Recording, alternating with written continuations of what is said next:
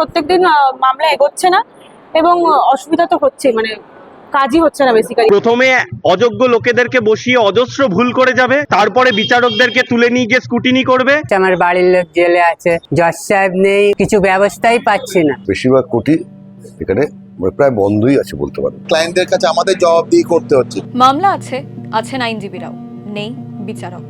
Supreme কোর্টের নির্দেশে পশ্চিমবঙ্গে এসআইআর প্রক্রিয়ায় নথি যাচাইয়ের কাজ করতে হচ্ছে বিচারকদের। ইতিমধ্যেই সে দায়িত্ব পালন করতে শুরু করেছেন নিম্ন আদালতের বিচারকেরা। এর জেরে আদালতে বিভিন্ন মামলায় শুধুই তারিখ পে তারিখ। কোনো সাক্ষী এগোচ্ছে না, যেগুলো আপনার ট্রায়াল অলরেডি চলছে সেগুলো আপনার এভিডেন্সের রেকর্ড যেগুলো সেগুলো সাক্ষী নিতে পারছি না, যেহেতু ফার্স্ট জেম এবং সেকেন্ড জেমকেও মানে এসআইআর এর কাছে মানে অ্যাপয়েন্ট করেছে। দ্বিতীয়ত এমনি আমাদের শিয়ালদা কোর্ট মানে ঘর খালি আছে, মানে ল্যাক অফ জাজেস বলে। তো এভরিডে হিসেবে প্রত্যেকদিন মামলা এগোচ্ছে না এবং অসুবিধা তো হচ্ছে, মানে কাজই হচ্ছে না বেসিক্যালি। এসআইআর এ তথ্যগত অসঙ্গতি নিয়ে নানা অভিযোগ। কমিশন ও রাজ্যের দ্বন্দ্বে রেফারির ভূমিকায় বিচারকেরা, তাতে ভোটের মুখে শান রাজনৈতিক দ্বন্দ্বে। সর্বোচ্চ আদালতের সিদ্ধান্তে এই জয়। নির্বাচন কমিশন যে পুরো এই প্রক্রিয়া অর্থাৎ ভোটের অধিকার দেওয়ার প্রক্রিয়াটাকেই বেআইনিভাবে পরিচালনা করছিল, তার জ্বলন্ত উদাহরণ হচ্ছে মাননীয় সর্বোচ্চ আদালত বারে বারে যে সিদ্ধান্তের কথা জানাচ্ছেন তাদের অর্ডারের মাধ্যমে। আমাদের প্রশাসকদের অযোগ্যতা, তাদের বিশ্বাসযোগ্যতার অভাব, নাকি প্রশাসনের সম্পূর্ণ রাজনীতিকরণ, যার উপরে বর্তমানে সুপ্রিম কোর্ট কোনো আস্থা রাখতে পারছেন না। রাজনীতির দ্বন্দ্ব চলছে নিজের পথে, তবে তাতে আদালত চলছে না নিজের ছন্দে। এসআইআর এর কাজ করতে হচ্ছে, তবে মামলার নিষ্পত্তিতে অতিরিক্ত বিচারক নিয়োগ হয়নি, ফলে সমস্যায় পড়েছেন শিলিগুড়ি আদালতের আইনজীবীরা। এমনি আমাদের মামলার যা চাপ থাকে সে অনুযায়ী এখানে ম্যাজিস্ট্রেট বা জজেদের সংখ্যা কম, নিষ্পত্তিতে একটু দেরি হয় সব সময়। এবার এখান থেকে যখন হাকিমরা অন্যান্য কাজে যাচ্ছেন তখন নিশ্চয়ই এখানে আমার আদালতে যে আমাদের প্রক্রিয়া তাতে তো অসুবিধে নিশ্চয়ই হচ্ছে।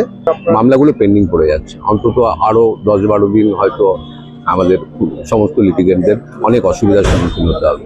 বিচারকেরা অন্য কাজে ব্যস্ত হওয়ায় আচমকাই চাপ বেড়েছে বিচার ব্যবস্থার উপর, তা সামাল দিতে হিমশিম অবস্থা।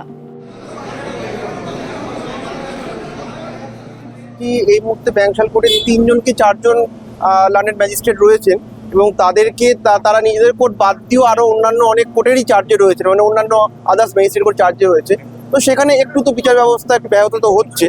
তো ইভেন আমাদের এখানে চিফ জাজ স্যার এবং আমাদের ফার্স্ট ট্র্যাক যে স্যার রয়েছেন, বেঞ্চ 2, বেঞ্চ 1 যে যারা রয়েছেন লার্নেড জাজেসরা রয়েছে, তাদেরকেও বিভিন্ন কোর্টের চার্জে রয়েছে তারা। তো একটা কোর্টের উপর যদি 2-3টে কোর্টের চার্জ হয়ে যায় তো সেখানে অবভিয়াসলি তাদের উপর ওনাদের উপর প্রেশার চলে আসে। সেখানে একটু তো বিচার ব্যবস্থা স্লো ডাউন হয়েছে, একটু ব্যাহত হচ্ছে।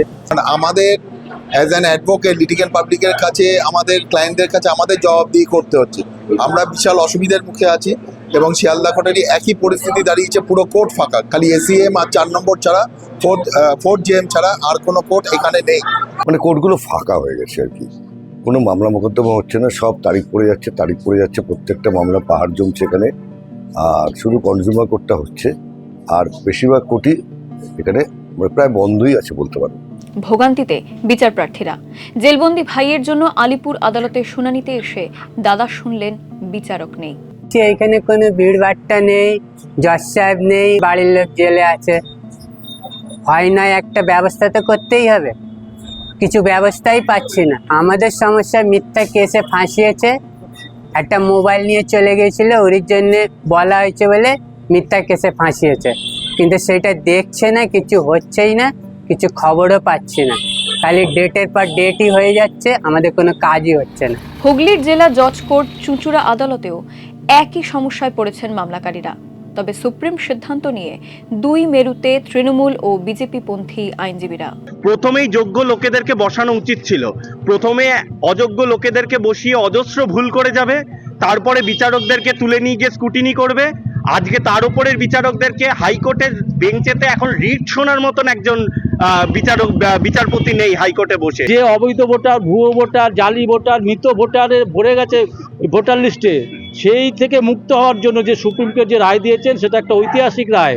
এবং সবথেকে বড় কথা, রাজ্য সরকারের লজ্জা হওয়া উচিত ছিল যে আজকে ভারতবর্ষ নয়, পৃথিবীর ইতিহাসে এরকম কোনো ঘটনা ঘটেনি যে জুডিশিয়াল ডিপার্টমেন্টকে সরাসরি এই নির্বাচনের কাজে বা ভোটার লিস্টের কাজে হস্তক্ষেপ করতে হবে। 28 ফেব্রুয়ারি চূড়ান্ত ভোটার তালিকা প্রকাশের দিন। তাহলে কি ভোগান্তি শেষ? এক্ষেত্রে অবশ্য সিঁদুরে মেঘ দেখছেন আইনজীবীরা। এই যে নির্ধারণ হবে এখানে এই প্রক্রিয়ার ফলে ওনাদের হাকিমদের উপস্থিতিতে, তারপরে যদি কোনো পক্ষ আদালতে যায়, সে ধরেন সুপ্রিম কোর্টেই গেল, তো কার বিরুদ্ধে এই বিবেচনাটা সুপ্রিম কোর্ট করবে?